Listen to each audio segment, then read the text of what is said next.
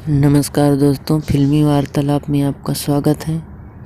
दोस्तों, भोजपुरी के power star Pawan Singh का एक गाना रिलीज़ होने वाला है, जिस गाने का टाइटल है पुदीना ए हसीना 2। इस गाने को लिखे हैं रोशन सिंह विश्वास व पीयूष राज, और म्यूजिक है इसमें प्रियांशु सिंह का, और गाए हैं इसको भोजपुरी के पावर स्टार पवन सिंह और शिल्पी राज। दोस्तों, बता दें कि ये गाना आज वेव म्यूजिक कंपनी द्वारा 8 बजे रिलीज़ किया जाएगा।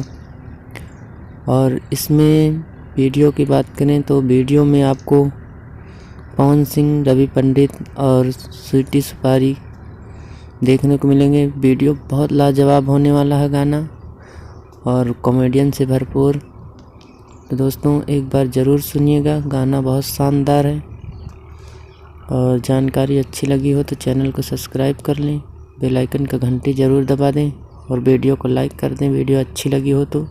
जय हिंद, धन्यवाद दोस्तों।